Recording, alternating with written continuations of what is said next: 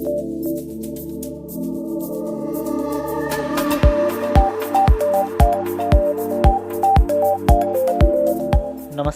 एक बार फिर से आप सभी का कैरियर गाइडेंस में स्वागत है। प्रीवियस वीडियो में हमने thermodynamic system and its types के बारे में डिस्कस किया था। आई होप आप सभी को ये वीडियो पसंद आया होगा। आज हम डिस्कस करेंगे थर्मोडायनामिक प्रॉपर्टीज़। बहुत ही इंपॉर्टेंट टॉपिक है। Every system has some characteristics by which its physical condition में बी डिस्क्राइब। कोई भी सिस्टम हो उसकी कुछ ना कुछ कैरेक्टरिस्टिक्स होती है जिसके द्वारा हम उस सिस्टम की फिजिकल कंडीशन को बता सकते हैं, डिस्क्राइब कर सकते हैं। ऐसी कैरेक्टरिस्टिक्स जिससे हम किसी भी सिस्टम की फिजिकल कंडीशंस को डिस्क्राइब कर सकें, उसे हम उस थर्मोडायनामिक सिस्टम की प्रॉपर्टीज कहते हैं, are called properties of the system. A property of a system is its measurable characteristics. जो थर्मोडायनामिक सिस्टम की प्रॉपर्टीज होती है वो उसकी मेजरेबल कैरेक्टरिस्टिक्स होती है, मतलब उसको हम मेजर कर सकते हैं, माप सकते हैं। ऐसी विशेषता जिसको हम कैलकुलेट कर सकें। डिस्क्राइबिंग द सिस्टम, जो कि सिस्टम को डिस्क्राइब करे, मेजर करने के बाद सिस्टम के बारे में बताए,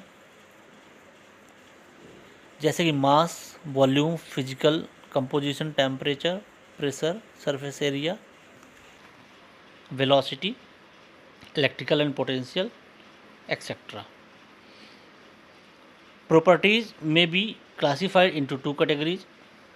थर्मोडायनामिक प्रॉपर्टीज को हम दो कैटेगरी में क्लासीफाई कर सकते हैं। First one is the intensive properties and second one is the extensive properties. तो आइए एक एक करके समझते हैं intensive properties and extensive properties. Intensive properties, तो intensive properties, these properties are independent of the mass of the system. तो ऐसी प्रॉपर्टीज जो कि सिस्टम के मास पर डिपेंड नहीं करती, उन्हें हम इंटेंसिव प्रॉपर्टीज कहते हैं। जैसे कि temperature, pressure, density, velocity, height, viscosity, etcetera. तो आइए समझते हैं इंटेंसिव प्रॉपर्टीज कैसे मास, सिस्टम के मास पर डिपेंड नहीं करती हैं। उसके लिए हम कोई भी एक प्रॉपर्टीज कंसीडर कर लेते हैं। जैसे कि टेम्परेचर हम कंसीडर कर लेते हैं समझने के लिए कि कैसे इंटेंसिव प्रॉपर्टीज सिस्टम के मास पर डिपेंड नहीं करती। तो टेम्परेचर को समझने के लिए हम तीन कंटेनर कंसीडर कर रहे हैं। Container 1, 2 and 3। कंटेनर जो 1 है उसमें हमने 10 लीटर वाटर लिया हुआ है। कंटेनर 2 में हमने 50 लीटर वाटर लिया हुआ है एंड कंटेनर 3 में हमने 100 लीटर वाटर लिया है। अब जो कंटेनर 1 है जिसमें वाटर का मास 10 लीटर, इसको हम 100 डिग्री सेल्सियस तक गर्म कर सकते हैं, ज़्यादा भी कर सकते हैं, बट हम एक टेम्परेचर फिक्स कर रहे हैं कि 10 लीटर का जो मास है उसको हम 100 डिग्री सेल्सियस तक गर्म कर सकते हैं। दूसरा जो कंटेनर उसका मास 50 लीटर है वाटर का, इसको भी हम 100 डिग्री सेल्सियस तक गर्म कर सकते हैं। तो तीसरा उसका मास है 100 लीटर, 100 लीटर वाटर को भी हम 100 डिग्री सेल्सियस तक गर्म कर सकते हैं।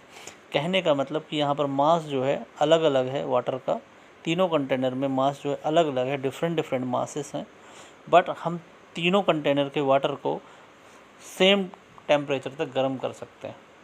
उसमें ऐसा कुछ नहीं है कि इसका मास कम है तो हम इसको 100 डिग्री सेल्सियस तक गर्म नहीं कर सकते, और इसका मास ज़्यादा है तो इसको हम 100 डिग्री सेल्सियस तक गर्म कर सकते हैं। आपका टेम्परेचर बिल्कुल वो इंडिपेंडेंट रहेगा मास से उसको कोई लेना देना नहीं है। आपका मास कितना भी हो, आपकी प्रॉपर्टीज़ बराबर परफॉर्म करेगी। तो हम कह सकते हैं कि जो टेम्परेचर है एक इंटेंसिव प्रॉपर्टीज़ है। तो आइए देखते हैं अब extensive properties. These properties are dependent on the mass of the system. जो एक्सटेंसिव प्रॉपर्टीज होती हैं वो सिस्टम के मास पर डिपेंड करती हैं कि सिस्टम का मास कितना है ना। जैसे कि volume, energy, internal energy, potential and kinetic energy, surface area, electric charge, magnetisation etcetera.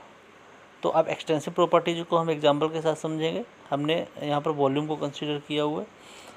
Volume को समझने के लिए हमारे पास एक 100 सीसी की बाइक है एंड एक 125 सीसी की बाइक है।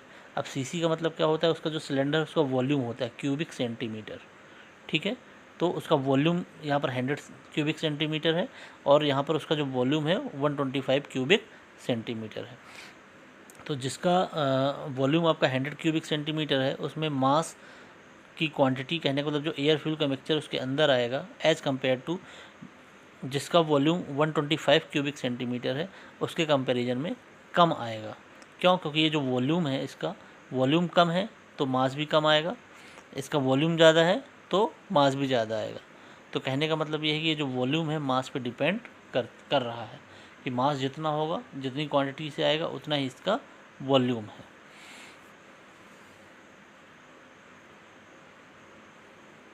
आई होप आप लोगों को समझ में आ गया होगा कि एक्सटेंसिव प्रॉपर्टीज़ क्या होती हैं। आगे बढ़ते हैं।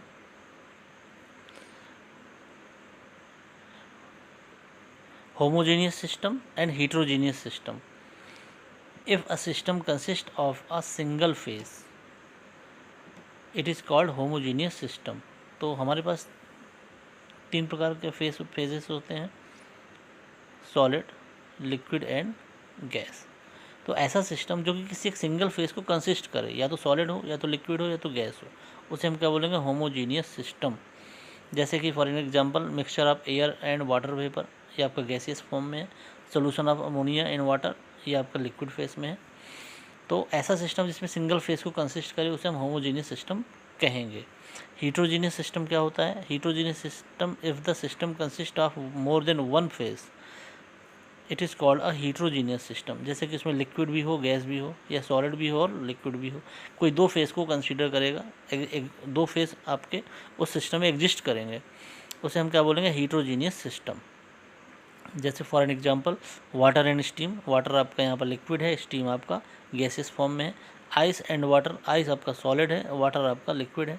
तो दो फेस आपका जो सिस्टम है कंसीडर कर रहा है, एग्जिस्ट हो रहे हैं दो फेस, उसे हम क्या बोलेंगे, हीट्रोजीनियस सिस्टम। आई होप आपको हीट्रोजीनियस सिस्टम समझ में आ गया होगा। आज हम लोगों ने डिस्कस किया thermodynamic properties, intensive and extensive properties and homogeneous system and heterogeneous system. तो आज के लिए बस इतना ही। नेक्स्ट वीडियो में हम लोग डिस्कस करेंगे state, path, process and cycle. तो थैंक यू सो मच। आप बने रहिए मेरे साथ करियर गाइडेंस में।